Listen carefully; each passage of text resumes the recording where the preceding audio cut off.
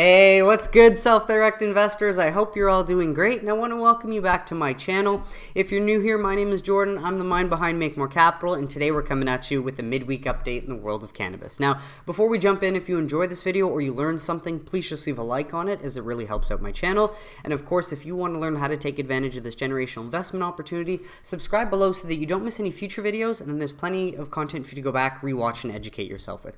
I've tried to put all the news and facts in one place so you can watch episodes over time to learn about the evolution of the cannabis industry, identify top companies that you keep seeing pop up, and take advantage whenever you feel ready if you wish to do so. We're going to start with some news from MJ Biz Daily, fresh off the press as of this morning, as cannabis MSO TerrAscend could list on Toronto Stock Exchange by summer. And while we hadn't heard of a timeline, I just wanted to jump down and share this because this sounds promising. Restructuring in timeline based on the timeline given by Toronto-based legal advisor Castles, Brock and Blackwell, which is also advising Canadian cannabis operator Canopy Growth on its U.S. entry and uplisting plans. Wild said TerrAscend could be in a position to uplist soon after our annual shareholder meeting in June. So a lot sooner than we might have expected, but again, take this with a grain of salt. Just wanted to share what we know as of right now, or what we're being told. So the company plans to send out proxy to shareholders to vote in mid-April. Very interesting nonetheless, so I do invite you to pause to read, otherwise the link will be in the description, but I'll take you through a bit more while I have you here. Is the Canadian connection that they have a potential asset in helping get this done more easily? They seem to have some ideas that it might, but obviously it'll be easier to say in hindsight whether this is the case or not. So I invite you to pause to read, a little bit more down here, pause to read if you want, and then zero anxiety around raising capital. So at least sounds promising that Jason G. Wild seems to think conditions are going to get better, making it easier to raise capital as opposed to harder, so you can pause to read any snippet there. But last bit I did want to show you before we move on to the next story that Massachusetts-based Curaleaf Holdings, for example, has also had discussions with the TSX about the possibility of listing its shares. And so we do like to hear more MSOs getting into this conversation. But with that, thanks Todd Harrison for sharing a summary of some St. Patrick's Day sales that we saw. So happy to report from Benzinga.com. St. Patrick's Day cannabis sales rose this year with beverages up 95%. More people spending their green on green products to celebrate St. Patrick's Day. And so good to see 63% sales growth increase in Hello Philo locations, or any dispensaries that use Hello Philo for their data capturing and organization. 17% increase year over year same store sales. So more people are choosing to use cannabis to celebrate St. Patty's Day than just alcohol alone. Sounds promising as well. 20.8% increased customers in stores, so a lot more traffic coming through, and a negative 2.7% lower basket size versus last year. So smaller sizes, but way more customers passing through, apparently, according to the data provided. So link will be in the description if you wanted to go through, but thank you, Hirsch Jane, for sharing this one from the Chicago Tribune. Illinois had a 3-year head start on legalizing rec cannabis, but in many ways, Missouri has surpassed it after just 1 month. Good job, Missouri. Again, love to see you trailblazing the way and putting a lot of other states to shame based on how well you have reformed your cannabis laws. But just to highlight, customers say they prefer buying in Missouri, so many are going to just go from Illinois to Missouri, which, unlike Illinois, offers delivery, drive-through windows, and deli-style service. I didn't even know that's a thing. It sounds amazing. In which customers can see and smell the product before they buy it. People from Illinois are blown away, former Missouri medical cannabis dispensary worker Michael Lasley said. That's how it's supposed to be, or this is how it's supposed to be. And this raises the question as well, hey, Illinois, where are those extra 185 social equity licenses? They're supposed to be up before April. It's March 22nd. Get your fucking act together. And so, just sharing a bit more from Graham Farrar, I miss deli style, would love to bring it back as an option in California. Again, didn't know that was even an option in select states. That's not how we can do it in Canada.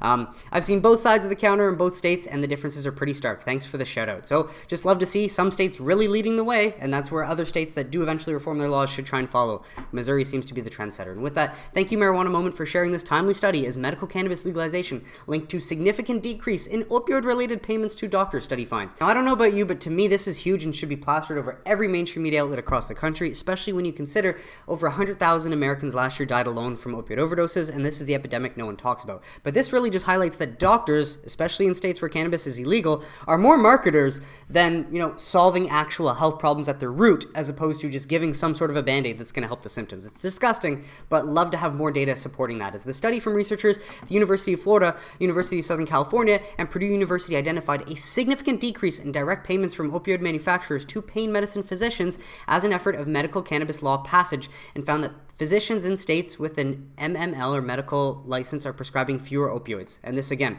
is massive news, saves lives, and should be blasted everywhere. So researchers developed a novel, penalized synthetic control model to analyze transaction data involved direct payments from opioid manufacturers to physicians from 2014 to 2017. Sketchy already.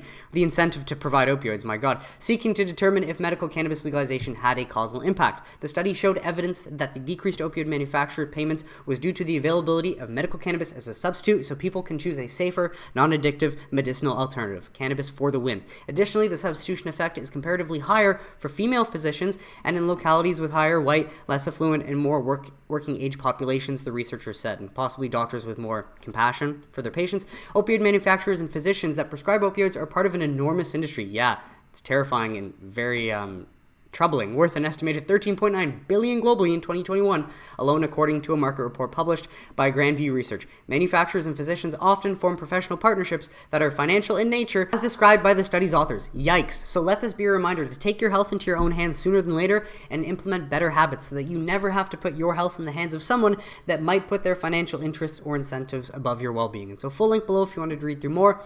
But with that, thanks Tom Engel for sharing this sad reality that the Biden admin and their DOJ are still actively discriminating against cannabis users and trying to infringe against their Second Amendment rights. It's so un-American, makes me want to vomit. The Department of Justice is urging an appeals court to reject a case challenging the federal government's policy banning medical cannabis patients from their Second Amendment rights, discriminating against them, saying there would be wide-ranging consequences if it got overturned. Failing to acknowledge alcoholics or the fact that 50% or 40% of crime is caused by alcohol. Anyone addicted to opioids, school shooters typically are on some sort of prescription medication that serves them worse than, actually making them better off. And so link below if you wanted to read through this, but just had to share this horseshit. If you thought that wasn't cringe enough, we have another sad example that happened this past week of continued government abuse at the local level and discrimination for those that want to self-medicate with a plant as opposed to big alcohol's approved alcohol or big pharma's approved opioids. And while I understand that laws are laws and people ought to follow them, the story's kind of fucked. So kids taken from family following cannabis arrest remain in Tennessee state custody following hearing. Just want to point out, I like this title because it relays the facts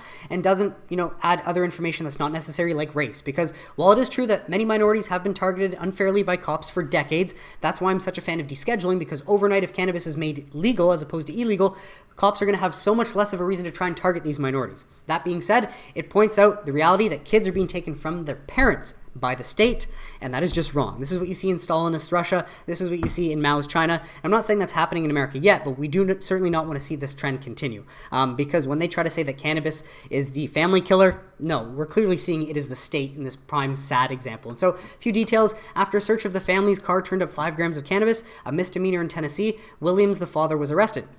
Less than 6 hours later, DCS forcibly took the children from Claiborne as she waited to bond Williams out.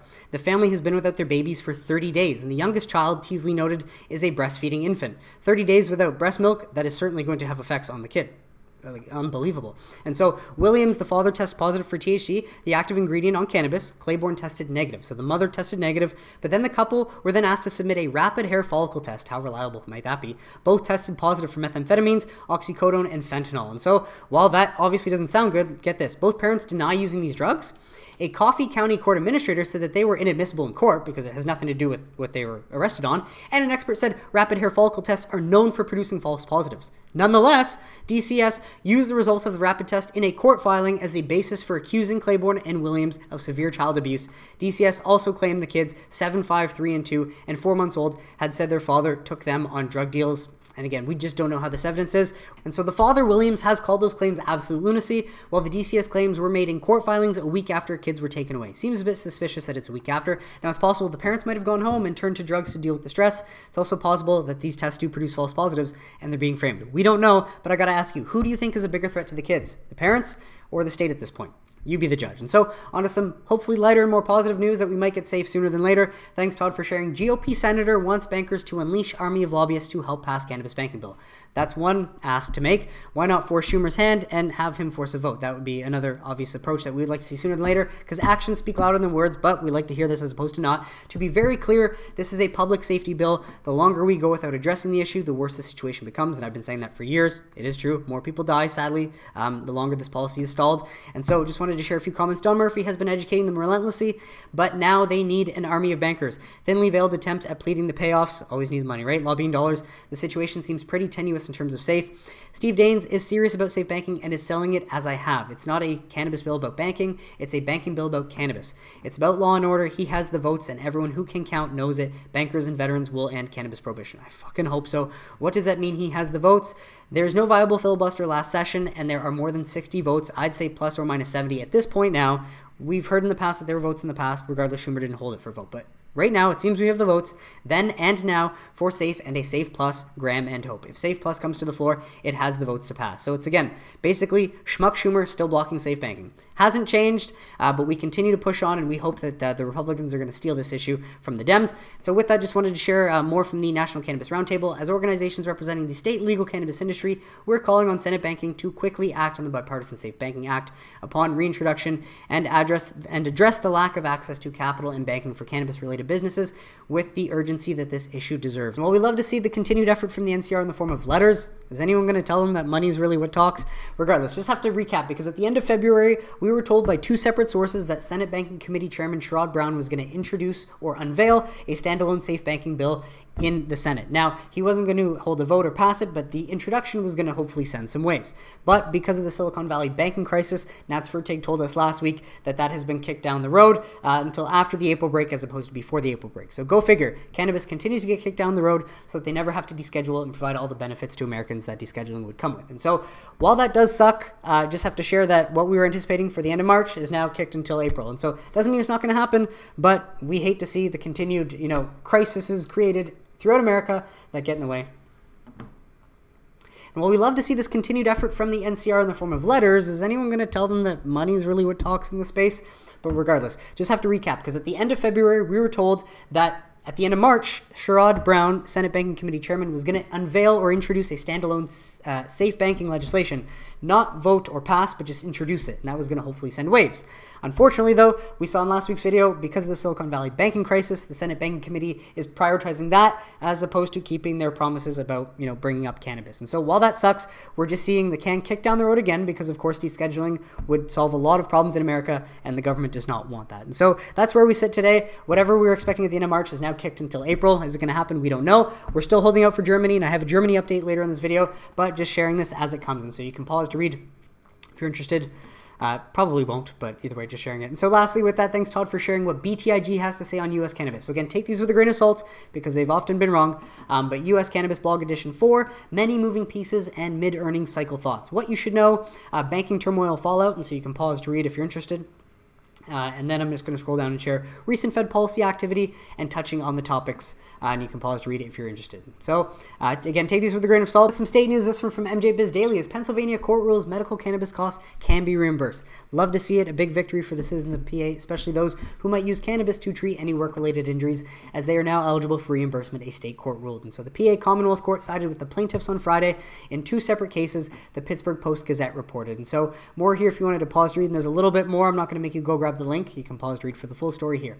And so with this, out of New York, Marijuana Moment, the type of bill that we do like to see, and hopefully that PA bill is a step in the right direction towards this, New York bill to require health insurance coverage of medical cannabis, just like prescription pills, clears Assembly Committee.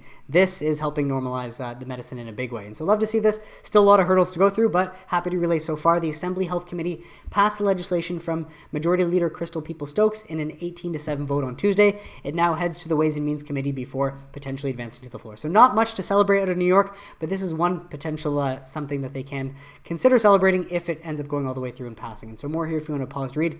Otherwise, you can grab the link in the description. Well, we've got this one out of Las Vegas, Nevada, as new bill looks to roll out mobile cannabis concierge vendors. Another concept. Love to see Nevada take an initiative like this, along with the consumption lounges, as we see them sort of leading the way, as well as new states that have reformed that are trying to implement that. But it makes sense. Just like any event, you would go to the city and ask for a liquor license. It's the same concept, said Goins, and it's a way for at least Nevada to approach their social justice efforts. Social equity applicants, those who have been impacted by previous drug policy, would get priority when applying for licenses. Again, discrimination, but I guess they can do that if they want. Goins said this would remove the huge financial burden a cannabis lounge would cost, making it more affordable for those who want to jump on the green rush. Fair enough. But as we've seen in Nevada, for the last year, their sales have sort of gone down in a trend, unlike a lot of other states, but we've seen them bounce back recently in this year. But we do know that Nevada, being on the West Coast, is susceptible to a lot of the illegal cannabis that is grown in California and gets shipped to neighboring states. And so hopefully we'll see the market bounce back, but love to see this initiative being introduced there. Well, this one comes from High Times out of Massachusetts. Happy to share that a company out of Massachusetts, Temescal Wellness, which owns 3 dispensaries in the state, recently announced that April 20 will be a paid company holiday. So good on the owners of the company to reward the obviously employees of this company and to pay them extra like they would on any other holiday, and officially legitimizing the cannabis holiday. And it does make sense based on the massive sale increases that we do see on this day. Why not reward your employees for it? And you really just got to hope that you're working for Temescal Wellness in Massachusetts right now to get the benefits, but hopefully more dispensaries and companies along the line will follow. So more here if you wanted to pause to read. Link will be in the description, of course. And with that, not all good news, sadly, as Kansas Senate panel tables medical cannabis legalization bill. Another year, another crushing disappointment. So more on this if you wanted to read the High Times article in the description. But sadly, an effort to legalize medical cannabis in Kansas is dead for 2023. It's one of the few remaining states with 0 medical cannabis options. Very sad for anyone that needs access to a safer, non-addictive medicinal alternative. And for that reason, I mean, you just catch me dead before I ever went to Kansas for whatever reason. No reason for me to go, sadly. So with that, wanted to share this story from Nats Vertig, which is interesting. Not something many of us knew, and it's obviously better to know about this so that you can try and address the issue as opposed to being oblivious to it. But a new phenomenon in America's illicit weed market, the number of Chinese investors and workers is skyrocketing. So very interesting read, a new funding source in the illicit cannabis industry, China. And let's try and put a clamp down on this and stop it as soon as possible. In Oklahoma, 3,000 of the state's 7,000 licensed weed farms have been flagged as fraudulent. 2K of those are suspected of having connections with China, which is really troubling because one of the arguments for legalizing for adult use and decriminalization is that it at least frees up time and resources for local authorities to go after other organized crime groups. Now, this seems like a bit of a bigger issue, something that the feds could handle with their unlimited power and resources, but if I put my tinfoil hat on based on the 30 years of living and being a student of history, not from textbooks but reading books firsthand, I am aware that the feds and the CIA were involved in Iran-Contra. They were involved in the military guarding a lot of opium and poppy fields in the early 2000s in Afghanistan, and I just, sad to say it, I don't want it to be true, but I wouldn't be surprised if they're enabling some of this to get their cut as opposed to squashing out the problem, because clearly seems like this has been going on for a while. I don't know, just thinking out loud, but the article will be in the description if you wanted to read through it. An interesting read nonetheless. A new funding source in the illicit cannabis industry, China. And so while I do appreciate Nats Vertig's writing, I do feel like she just gets told from sources what is happening, and she just relays what is, as opposed to digging in as to why this what has come about and came to be. So that's just my opinion, though. Thanks, Nats, but hopefully you get a little bit better at being critical and getting to like the point of the stories. But nonetheless, some studies. Cannabis quality of life study adds more weight to positive effects of medicinal cannabis. So we love to hear it. As medication, vaporized cannabis or ingested extracts containing THC and CBD was generally well tolerated with only mild to medium adverse effects in 17% of participants, the study found. And so that means in 83% of the participants, they found cannabis to be more positive, and only 17 found it to be mild and have medium adverse effects. And so interesting nonetheless. I invite you to pause to read this one out of the UK, published in the Expert Review of Clinical Pharmacology. And then a little bit more down here if you wanted to pause to read as well. And so with that, another study, Canna Tics, efficacy and safety of oral treatment with nabiximols in adults with chronic tic disorders. Results of a prospective multi-center, randomized, double-blind, placebo-controlled phase 3B superiority study. So what does this have to say? A study from the future as well, May 2023. Abstract preliminary data suggests that cannabis-based medicines might be a promising new treatment for patients with Tourette syndrome, chronic tic disorders, resulting in improvement of tics, comorbidities, and quality of life. And so what did they find? Additionally, exploratory subgroup analysis revealed an improvement of tics in particular in males, patients with more severe tics, and patients with comorbid attention deficit hyperactivity disorder, maybe why cannabis works for me, suggesting that these subgroups may benefit better from treatment with cannabis-based medication. There are no relevant safety issues. Our data further supports the role of cannabinoids in the treatment of patients with chronic tic disorders and why we ought to deschedule so we can look for the medical benefits more accurately than looking for harms in the past that we could not find. And so with that, another one out of Europe, PMC, the effects of recreational cannabis legalization on rates of traffic injuries in Canada. Love having this updated one out of March 12th for the prohibitionists. And so AIM's design setting, measure to impact what legalization has on driving and hospital visits. Now, findings and conclusions. There were no statistically significant changes in rates of ED visits and hospitalizations for motor vehicle or pedestrian cyclist injury after recreational cannabis legalization after accounts of multiple testing. Which we'd love to see as more findings conclude Canada's recreational cannabis legalization did not notably impact motor vehicle and pedestrian cyclist injury, which we love to see, much like we saw from data out of Colorado, and highlights what we already know and more data to shut the prohibitionists up, especially the losers that learn about Sam. And so with that, from PubMed, a retrospective medical record review of adults with with non-cancer diagnosis prescribed medicinal cannabis. Research describing patients using medicinal cannabis and its effectiveness is lacking, so we aim to describe adults with non-cancer diagnosis who are prescribed medicinal cannabis via a retrospective medical record review and assess its effectiveness and safety. And so what did these 157 Australians record? They found for the conditions, neuropathic pain, peripheral neuropathy had the highest rate of perceived benefit, 66.6%. And so any neuropathic pain seems like a big deal, 2 out of 3.